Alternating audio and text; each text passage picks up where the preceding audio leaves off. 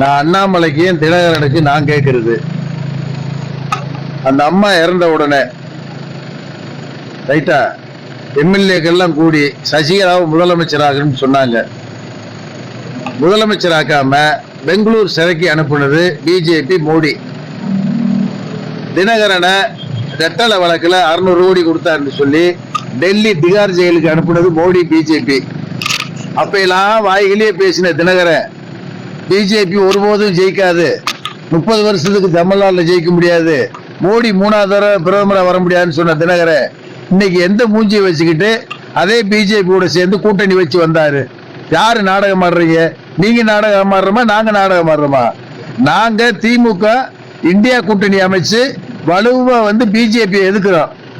இனிமேல் ஒரு காலத்திலேயே பிஜேபி ஜெயிக்க கூடாது, ஜெயிச்சா இந்தியாவா இருக்காது, துண்டாட்டப்படும். அந்த எண்ணத்துல அண்ணன் தளபதி தமிழ்நாடு முதல்வர் ஒரு சிறப்பான கூட்டணி அமைச்சு திட்டங்களை மக்களுக்கு கொடுத்து வலுவா பாண்டிச்சேரி உட்பட 40 திமுக கூட்டணி மாபெரும் வெற்றியை பெறும். நான் கேட்ட கேள்விக்கு தினகரன் அண்ணாமலையும் பதில் சொல்லணும். சசிகலாவையும் தினகரனையும் ஏன் ஜெயிலுக்கு அனுப்புனீங்க?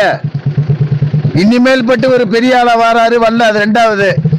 அதிமுகவில் இருக்கும் போதே 2004 அந்த அம்மா உயிரோடு இருக்கும் போது அதிமுகவில் நின்று 28,000 ஓட்டுல தோக்குற தினகரன் இப்ப எந்த பேஸ்ல நிக்க முடியும்?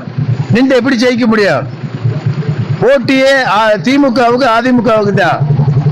நடக்கிற தேர்தல் எம்பிக்கான தேர்தல்.